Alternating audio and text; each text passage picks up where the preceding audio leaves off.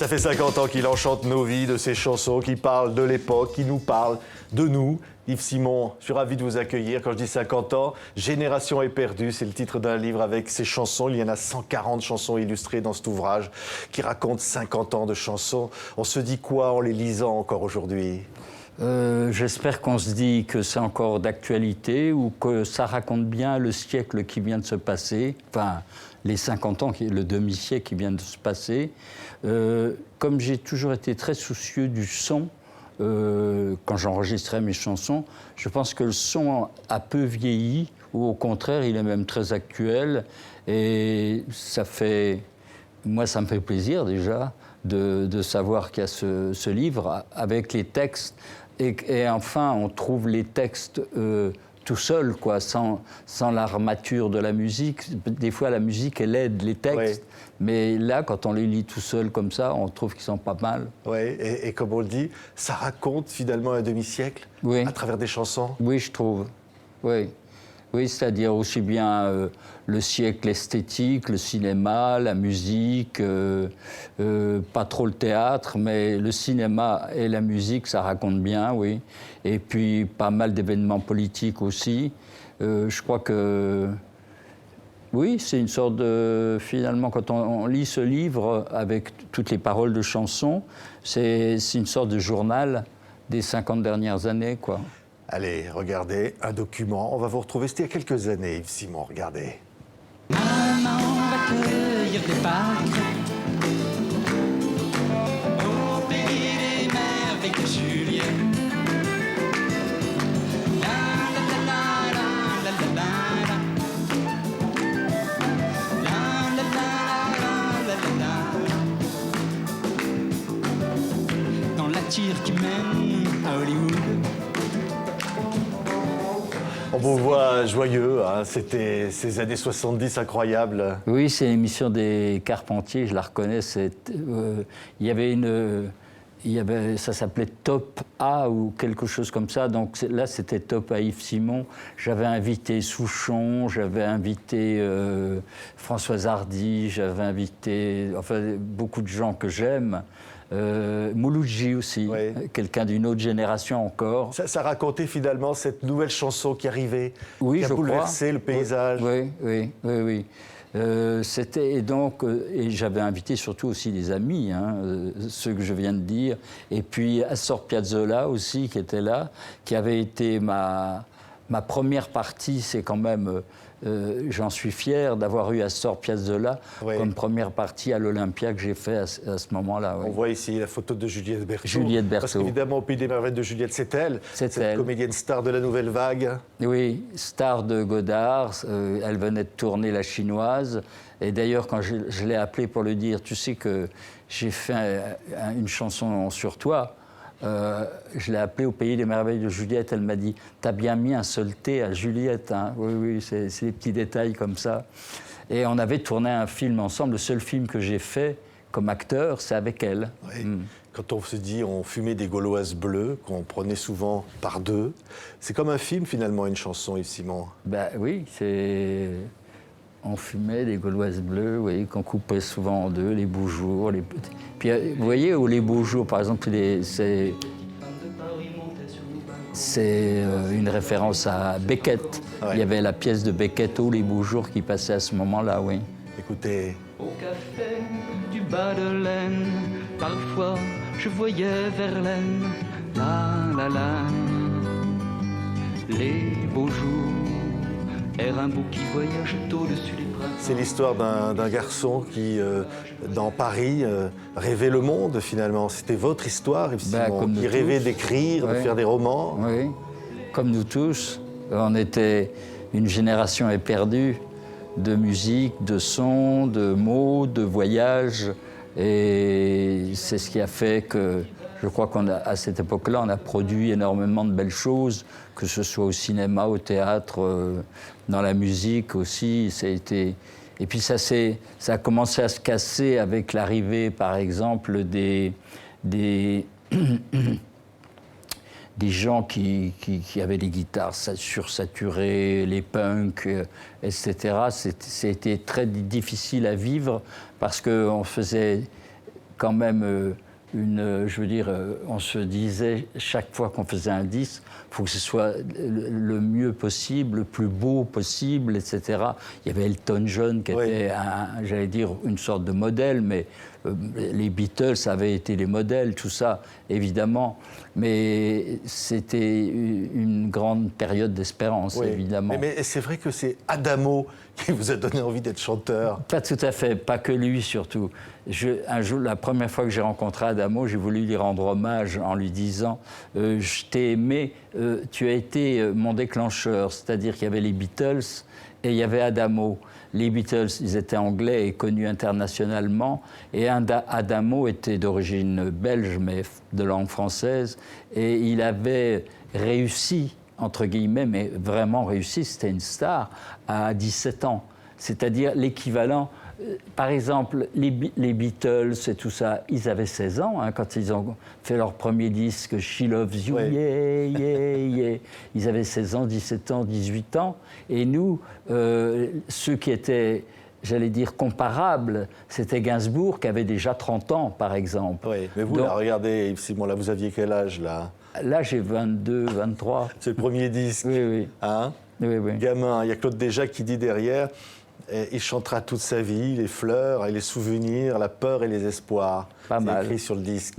Ça a toujours été ça, finalement? De Jacques, déjà, c'est important de le rencontrer parce que c'est mon premier directeur artistique, j'ai 22 ans, et il est le directeur artistique de Barbara, de Serge Gainsbourg et de Nougaro, donc je tombe bien quand même entre de bonnes mains. Ouais, il y a une chanson qui dit « Ma mère chantait les feuilles mortes ». Devant notre porte, et dans un vieux poste à galène, traînait l'âme des poètes. Oui. Et on était devant les fontaines du casino. C'était votre vie, votre enfance? C'est un peu ça, oui, c'est un peu ça, parce que poste à galène, c'est un peu exagéré, parce que moi, j'étais pas né. Et donc, les postes à galène, c'est des trucs du pauvre, quoi, pour essayer d'avoir une radio. Donc, mes parents avaient quand même un poste de radio. Mais c'était l'époque de Trenet qui chantait les feuilles mortes. Ouais, vous étiez à Contrexéville, votre papa qui était cheminot, votre maman qui va devenir infirmière, serveuse. Et finalement, comme ça, vous rêviez le monde, vous dire derrière les fontaines du casino, il y a le monde qui s'ouvre. Oui, parce que c'était intéressant, la ville d'eau où j'habitais, l'hiver, il y avait 3000 habitants. Et l'été, il y en avait 10 000. C'était une époque où on allait encore faire des cures dans des villes d'eau. Et c'était des gens plutôt friqués qui venaient. Et donc, à la fois, ce qui était intéressant, c'est qu'ils avaient des filles aussi, ces gens-là. Donc, on pouvait draguer les filles. Et puis, en même temps, certains étaient directeurs de littérature dans une grande maison d'édition, par exemple. Donc, c'est comme ça que j'ai connu des revues poétiques, Segers, par exemple, qui publiaient Brassens justement en écrit. Trenet, des gens comme ça, évidemment aussi, comment il s'appelle, j'ai plus son nom en tête. Donc on connaissait des gens, c'était ouvert, c'est un pays ouvert, voilà. Écoutez, les fontaines du casino. La boule tournait pour les tangos, les samedis soirs au casino. Je jouais les balles sur ma guitare et je rêvais d'être une star.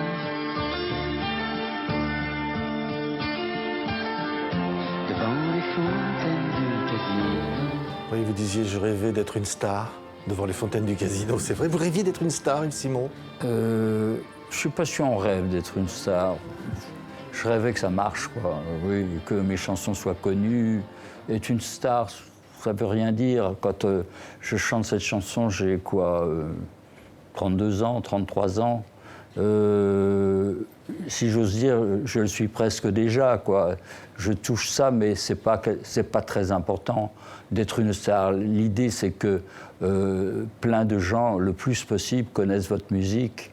Oui, vous allez chanter la vie, vous allez chanter les métros de Paris, rêver de ce large qui peut s'y ouvrir, des bateaux qui peuvent sortir des escaliers du métro, puis peut-être d'une jeune fille qui chante, qui s'appellerait Claude, qui jouerait de l'accordéon dans le métro. Finalement, c'est très littéraire, vos chansons.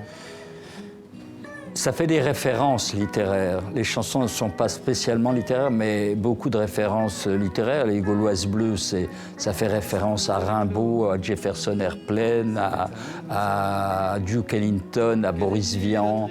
Donc j'aime bien mettre des gens qui m'ont influencé. C'est pas par hasard s'ils sont là, hein. C'est des gens qui m'ont plu. Quand au Pays merveilleux Juliette, je parle de Ferdinand Godard, c'est une espèce de raccourci pour dire, dans le film Belmondo, quand Karina lui dit « Ferdinand », il dit « Non, je m'appelle Pierrot ». Non, elle l'appelle Pierrot, pardon. Et il dit « Non, je m'appelle Ferdinand ». Et j'ai appris après que c'est un hommage à Ferdinand Céline. Donc quand je dis Ferdinand Godard, c'est à la fois un hommage à Godard et à Ferdinand Céline. Oui, mais cette jeune fille, elle est belle, Claude. Écoutez. 8 jours payés, l'Irish Coffee, à Dublin, elle jouait du banjo.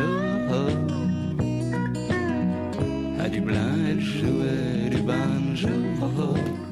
On voit toutes sortes de messages aux inconnus, Et Luciole de passage. Et puis finalement, le silence, c'est toujours trompeur. Oui, je crois, oui, profondément. C'est pas que je ne hais personne, mais souvent ça m'arrive de me citer, de dire le silence est toujours complice ou trompeur. Il faut dire les choses, voilà. Oui. C'est contre les gens qui se taisent, qui se murent comme ça. Il faut se raconter. Raconte-toi d'ailleurs, dit la chanson.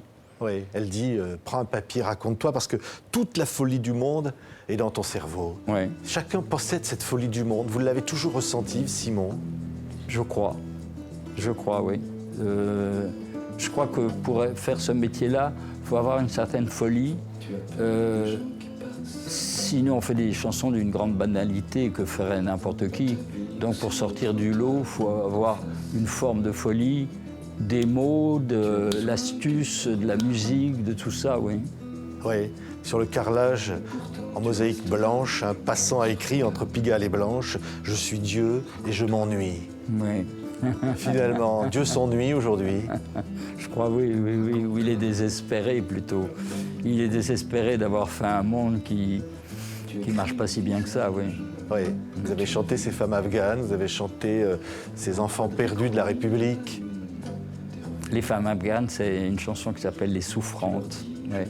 Elle m'a fait connaître le premier prix Goncourt qui ne soit pas français, mais il l'a écrit en français, c'est Atik Rahimi, et qui est afghan, et qui vit en France. Il a eu le prix Goncourt il y a 4 ans à peu près, et c'était en écoutant Les Souffrantes qu'il a pensé à écrire son livre. Ouais. Raconte-toi. Écoutez, Yves Simon, un des classiques du répertoire qu'on retrouve dans ce livre, Génération éperdue, avec bientôt tous les grands artistes de la nouvelle génération qui vont rendre hommage à ces chansons. Yves Simon, toujours éternel. Message aux inconnus et lucioles de passage. Prends le parti du risque et des erreurs. Le silence est toujours complice ou trompeur. Prends le parti du risque et des erreurs. Oui. C'est bon, il faut vraiment se tromper, foncer. Et prendre le parti du risque et de l'erreur, ça veut dire, ça revient à une idée, j'avais pour voisine Place Dauphine, Simone Signoret, et elle me dit, quand on signe une pétition ou qu'on va faire une manifestation, des fois on se rend compte après qu'on s'est trompé, que c'était pas le bon truc, quoi. Mais elle disait une phrase très simple, vaut mieux faire que pas faire. Donc au risque de se tromper, vaut mieux se raconter, vaut mieux raconter et vaut mieux éviter le silence et parler. Oui, évidemment, on a parlé de toutes ces chansons merveilleuses, et puis il y a les romans, Prix Médicis, Yves Simon, des livres marquants, c'est-à-dire 2 carrières en même temps, et puis il y a aussi le cinéma, la fascination pour les images. Oui, mais je n'ai pas fait de cinéma, je n'ai fait que des musiques de films. J'ai fait une école de cinéma, j'étais venu pour ça à Paris, et finalement, je me suis... quand on devient chanteur célèbre, je le dis humblement, et écrivain aussi un peu célèbre, il n'y a plus de place pour le cinéma. Oui. Donc ça prenait tout mon temps, j'ai alterné pendant 20 ans, 25 ans, 30 ans même. Un disque, un livre, un disque, un livre, un disque, un livre. Finalement, je voulais arriver à la fin de tout ça, à ce qui est une parité, comme on dit, une parité homme-femme, qui ait autant de disques que de livres. Donc j'ai fait 13 albums de studio et j'ai écrit 13 romans. Oui. Voilà. Il y a une chanson attachée à un film qui a maintenant exactement 40 ans. C'est celle-là. Et tout le monde la connaît. Et tout le monde aime cette chanson.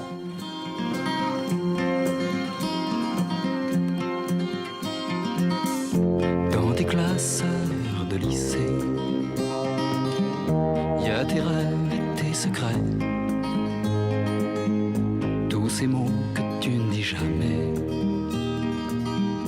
des mots d'amour et de tendresse, des mots de femme que tu caches et qu'on condamne, que tu caches, petite Anne.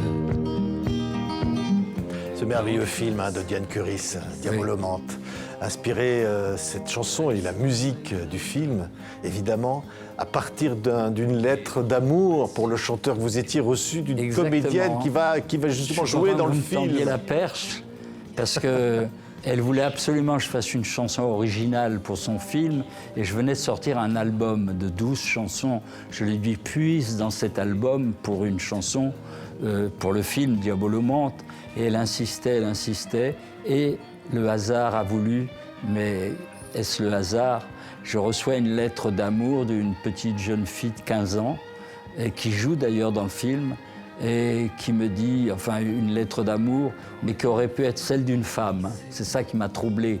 Mais c'était écrit sur du papier, pas du papier à lettres très chic, c'était feuille à petits carreaux, et puis 2 trous pour le classeur, quoi. Ça vient du lycée, quoi. Elle a 15 ans, elle est au lycée. Et donc je me dis, ça c'est la chanson. Oui, extraordinaire, écoutez encore. Premiers amants que tu n'as eu qu'en rêvant. Dans tes classeurs de lycée,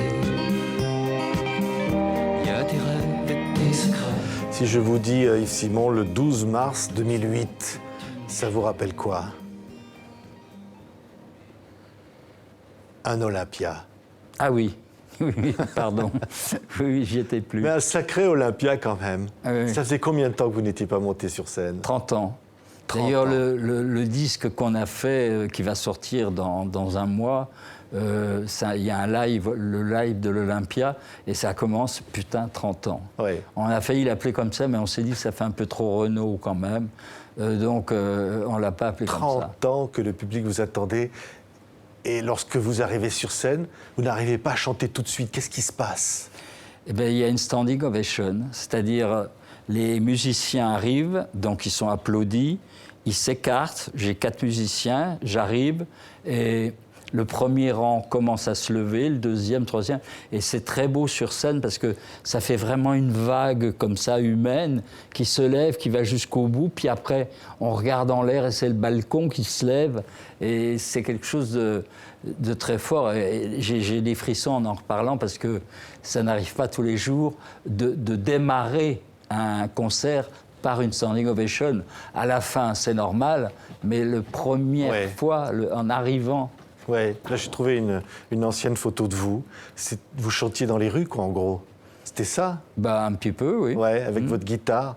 Et finalement, quand vous arrivez à l'Olympia 30 ans après, vous reprenez cette guitare comme au premier jour. C'est la même guitare, oui. Ouais. C'est cette guitare qui est là sur cette photo, c'est celle qu'a composée Juliette, Diabolomante qu'on vient d'entendre, tout ça, oui. Ouais. Vous êtes un artisan, c'est quoi? Qu'est-ce qu'on pourrait dire ici? Oui, un artisan, oui, ça ne me déplaît pas. Artiste et artisan quand même. Mais artisan, oui. Composer sur une guitare quelque chose où il va y avoir des violons ou peut-être des guitares électriques et tout ça, c'est être un artisan. Ouais. Vous dites les chansons vont nous embellir la vie, faire passer le temps, nous rendre invincibles. Oui. Vous dites quelque part, dans des milliers d'années, il restera peut-être quelque chose. Vous dites des atomes de chansons, c'est dans l'introduction de ce livre. Oui. C'est Oui, vrai oui. ça, il restera quelque chose de chansons? Bah, il restera, quand je dis des atomes de chansons, c'est des atomes, c'est tout petit, c'est tout fin. On ne sait pas ce qui va rester, mais à la limite, on s'en fout, puisqu'on sera mort. Donc, si on devient célèbre après sa mort, c'est formidable, mais on ne le sait pas, donc il n'y a pas de tracas à se faire là-dessus. Je ne pense pas à ça. Je pense que devenir invincible à cause des chansons, c'est quand on est seul.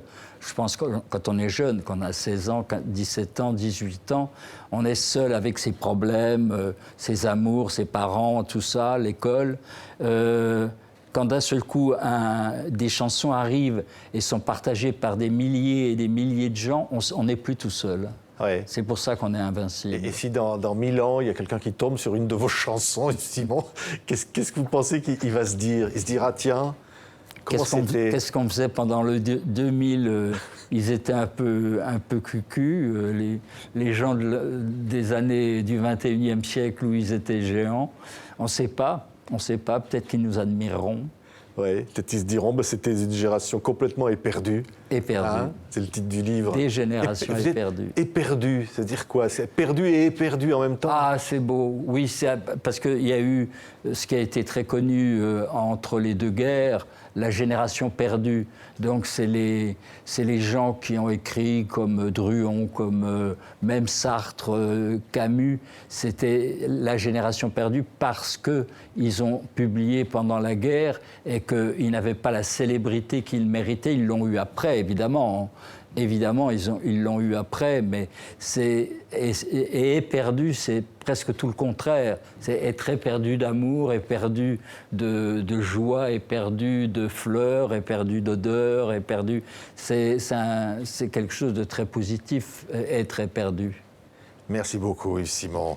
Génération éperdue, nouveau livre publié chez Flammarion avec 140 chansons. On va se quitter avec en fond l'une de vos plus célèbres, celle avec laquelle on a commencé, qui maintenant est repris par des rappeurs. Tout le monde chante Yves Simon. Merci beaucoup Yves d'avoir été notre invité. Merci à vous.